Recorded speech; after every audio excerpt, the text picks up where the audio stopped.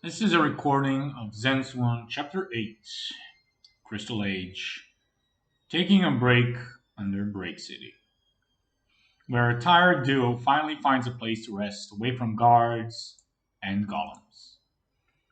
Raka's mind was focused. If each part of life was a balance between survival and dominance, then running away would surely fall to the former. The answer was in a big life shard he found. It glowed and gave him power. He needed to get stronger so next time he could use it to bring all these men of metal outside, the ones with the fleshy bits and the ones without, under his strength. There was no shame in using tools to win. Life Shard, Halfling, they were all the same, as long as they brought victory.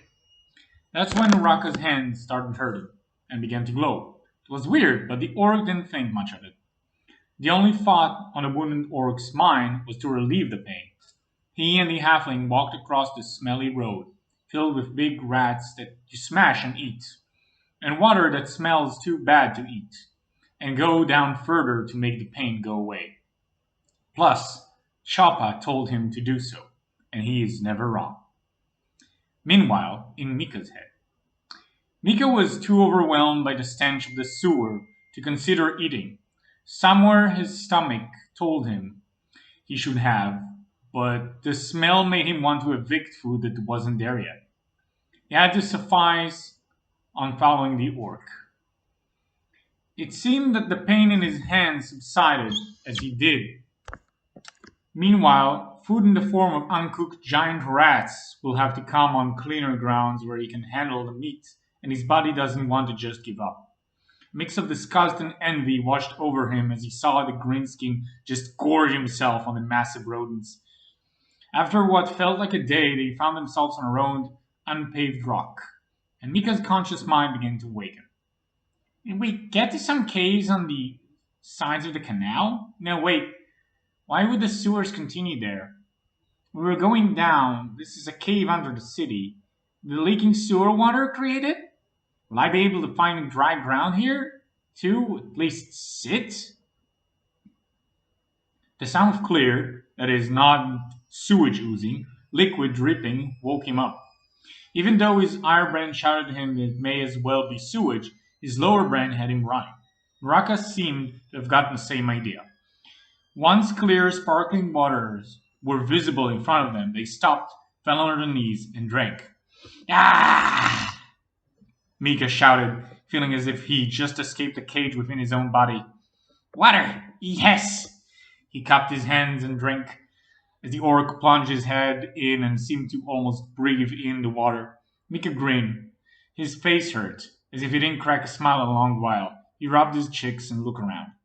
It wasn't just the glow of their hands that limply showed the way. It was those crystals in the walls. Baetylus! The halfling's eyes were wide open. A mine? Here? Under the city? And no one knows about it? The glittering jewels filled with magic shone from the wall. There were many, some big, though not as nearly as the Grand Baetylus, and some small, but enough to make a man extremely rich. If I could only mine it, Mika thought as he glanced at Naraka, who was raising his head out of the water and licking his tusks. That'll take too long.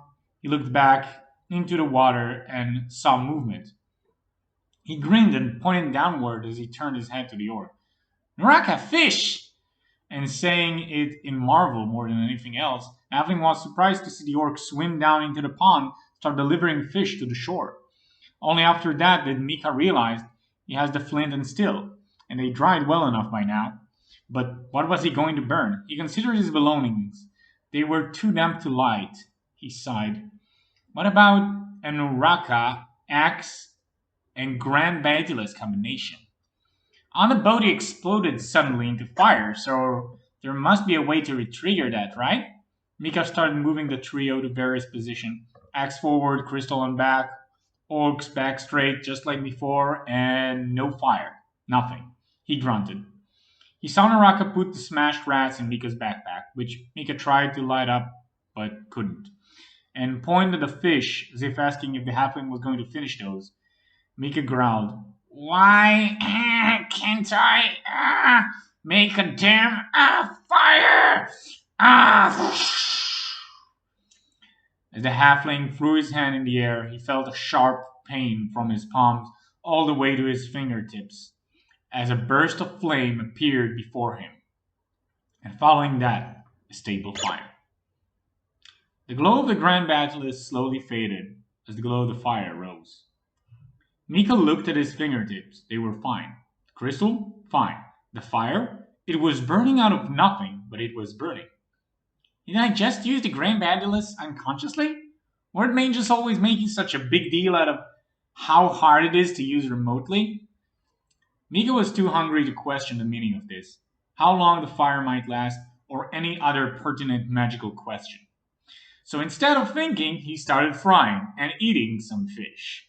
As the two sat by the fire eating, Mika glanced at the orc sitting by him, deciding to digest rats the raw way, even with the fire burning. Won't you get sick? Mika asked, wondering if he'll get an answer this time. Naraka stopped, looked at the rat, and then at Mika. Naraka explained. I can't understand you, Mika said and sighed. It was useless. In a sudden movement, Naraka took the axe from his shoulder and put it by the halfling's head. Much to the small man's surprise and fear, who yanked back his head as much as he could upon the sudden realization the very sharp piece of metal was by his head.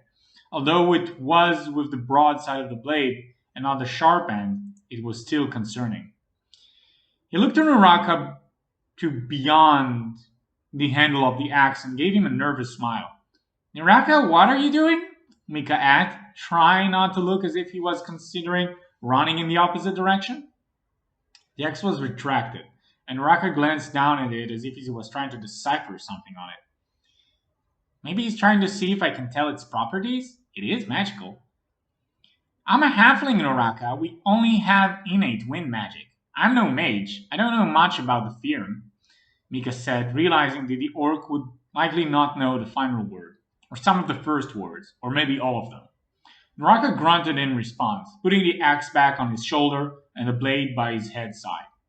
Mika shrugged. He was too tired to figure this out now, and there was no extracting information out of the orc.